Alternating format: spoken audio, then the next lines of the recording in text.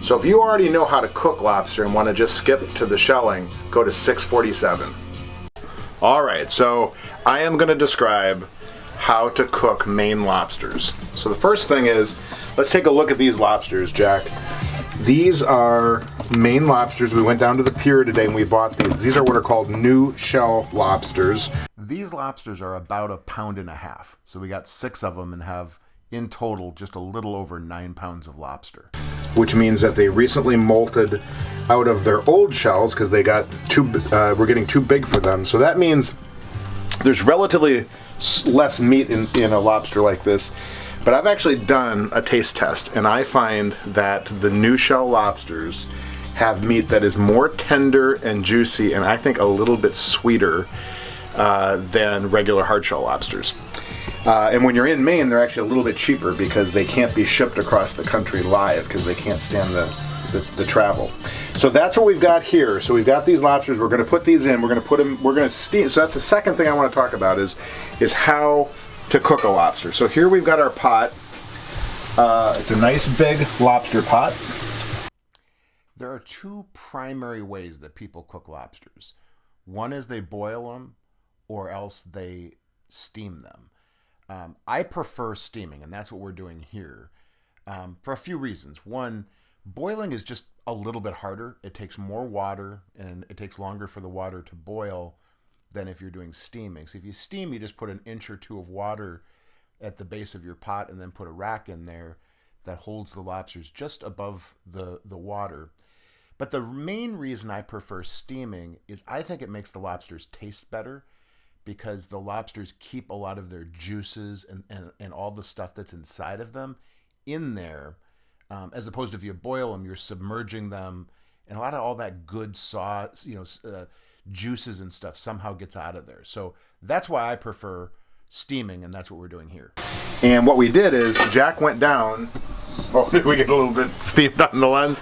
So what we did is Jack went down and got real ocean water. I'm not totally sure why From straight out there, right there. Right out there. It was awesome. I'm not totally sure why that makes a difference. Like, in theory, it probably shouldn't, but it's what the old timers in Maine tell me to do. So we've got real ocean water in there. I'm going to throw in, just because we happen to have them, a few lemons in there just to get those in there. So we got this at a rolling boil. So what we're going to do now is drop our lobsters in there. We're going to put that lid on there and steam them so that they start cooking. Once we're sure it's really steaming again, that's when we'll set the timer and we'll go for about 14 minutes. That's what I find works about best. So we'll get these in there, okay? So one thing you want to do is get them in there about as fast as possible so that they don't suffer any longer than necessary. So you want to get them all set out so they're ready to go right in there. This is the part that makes you a little bit sad because it feels a little inhumane, but my view is that these lobsters have lived a pretty good life and this is what they're destined for.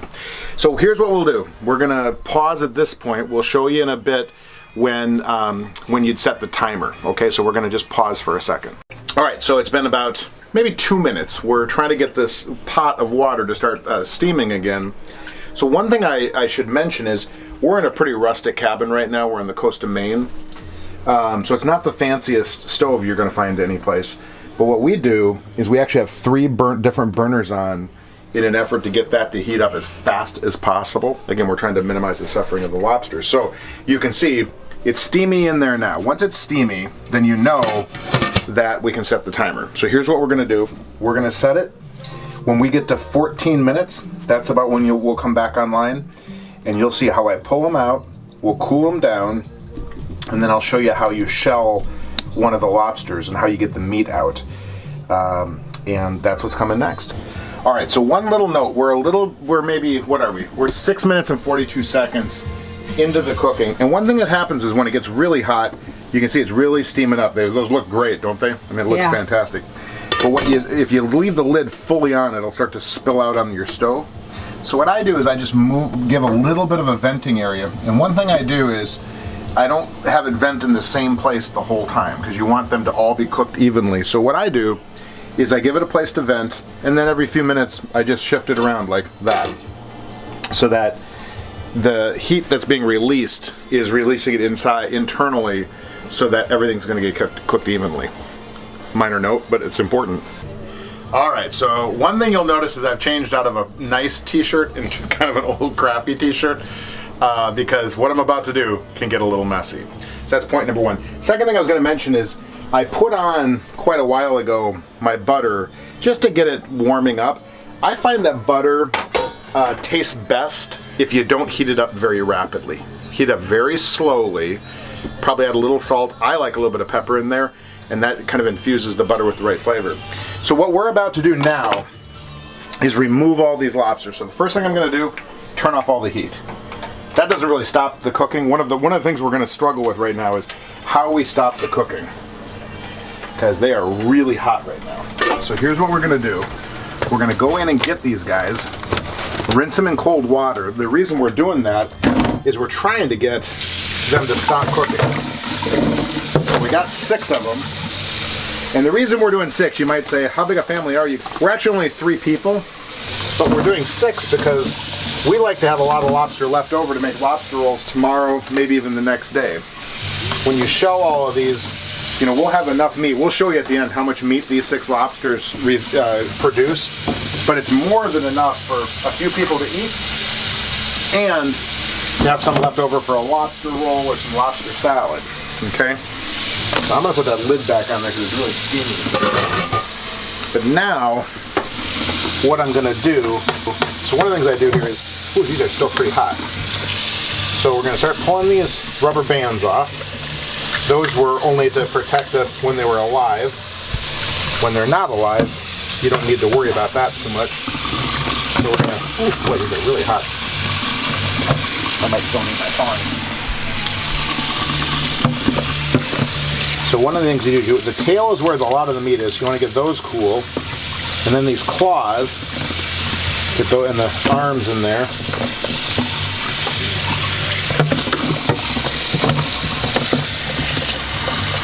Because one of the things that's happening right now is those shells are very hot. So you can see I can't even touch them. And I'm trying to get these to cool down so the cooking stops. Because, you know, if you overcook, one of the things you really don't want to do is overcook lobster meat. So this is probably the one we'll go ahead and shell. This looks like a nice lobster. So this is the one we'll shell. So I'm going to get this guy cooling down, get his rubber bands off. So I'm going to just show you how to shell one lobster. Of course, I got to do all 6. So we'll get this guy nice and cooling down a little bit. Still pretty hot. So he's the one we're going to come back to. Let me just give these guys one more rinse in cool water just to cool them down. All right, so here we are. So we're just going to take this one and I'm going to show you how to shell it. So my view is that this is called the crusher claw, the big one, and this is called the pincher claw. Every lobster has one that's a crusher, one that's a pincher. That's just how they live. That's where the best meat is. And then in here, which are called the knuckles, kind of like their arms, very good meat in there. I think the least good meat is in the tail. So I'll show you what we're going to do. Well, I always like to start with that crusher claw. So I break that off. Now these are a little bit easier to work with right now because they're, I'm going to try to capture some of that good juice. Because they're new shell, so they're softer. But the same concept really applies. If you needed to, you could use a crusher. These are soft enough I can probably break them with my hand like that. I'm gonna try to capture a little bit of that juice. So there's the knuckle. Then here's what you do. So if you're in a restaurant or something, the first thing you want to do with that big claw is pull this one out like this and go like that. And what you're hoping is that it breaks loose. That broke loose perfectly, just the way I wanted it. So now you've got this. Now I don't know if this one is going to be in a restaurant. Again, if you had a hard shell, you might have to crush this. Yeah, this one is going to need me to whack it once. So I'll show you. I'm just going to whack it once with a knife.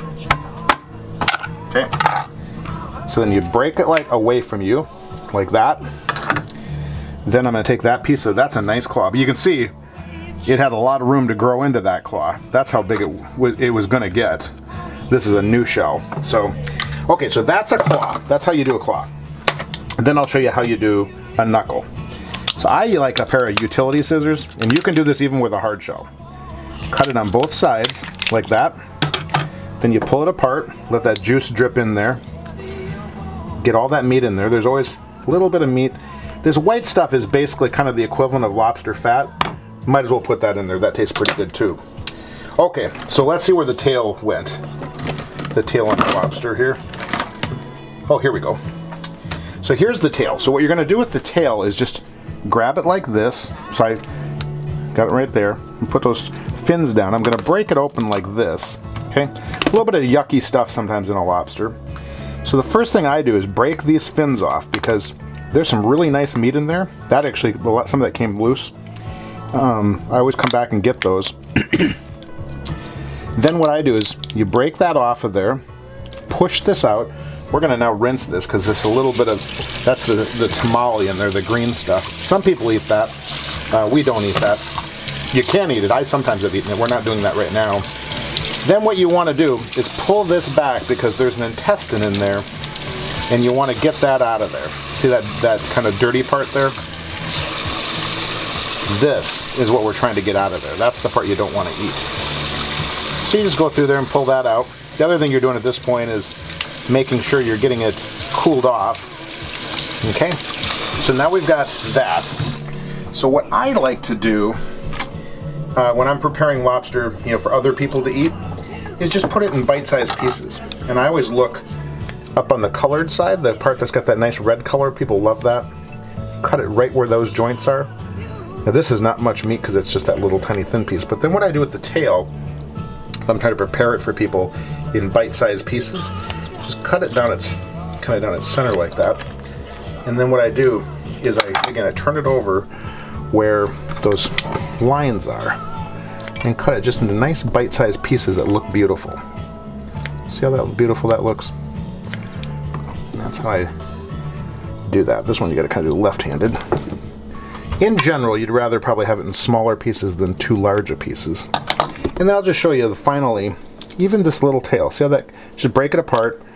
Now that piece came out. You might think, boy, there's not much in there, but and then what I do is I squeeze this and then pull. And that comes right out.